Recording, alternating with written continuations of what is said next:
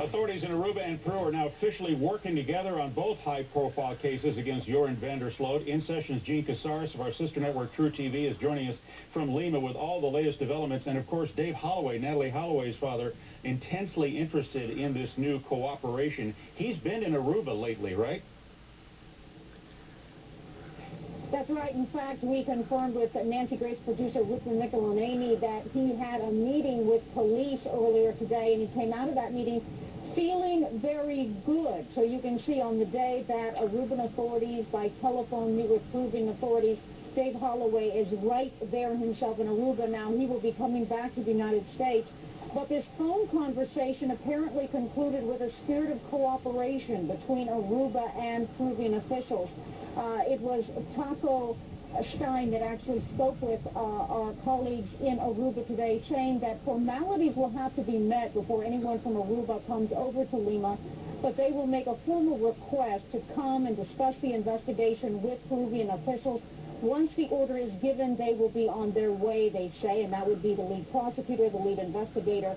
And Chuck, I've got to tell you, on local television here, this is a Peruvian case, but the lead story is also Natalie Holloway. It is on every broadcast of when we hear about Stephanie Flores, we hear about Natalie Holloway, because more and more information as it comes out, these two cases are even more intertwined. Absolutely. Well, when Aruban authorities, when and if they get permission to actually go to Lima and talk to investigators, will they be going over notes, looking at surveillance video, or actually interviewing Joran Sloot? What's your guess?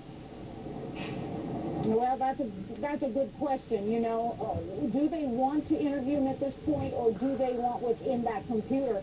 Remember, he had a computer on him when he was arrested in Chile, and we don't know when that computer was purchased or when he got it, but many times there is a plethora of information for law enforcement from a computer.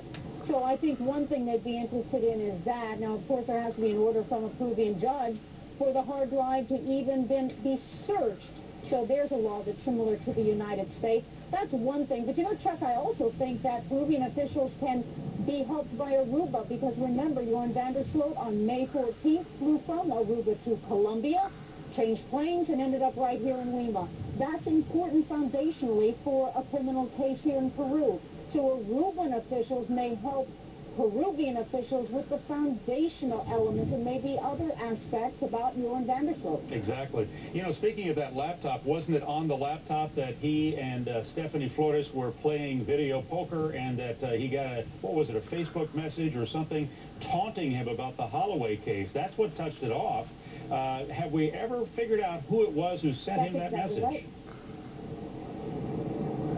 No, but you know what's so interesting with what you're saying, Chuck?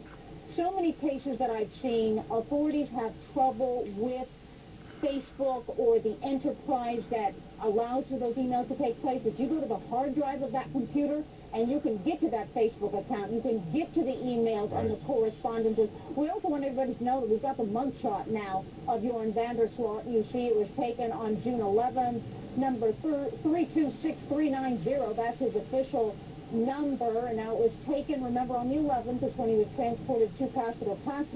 I've also seen video of him getting his fingerprints taken. Although he had handcuffs on, the leg shackles were put on also after he arrived at Castro.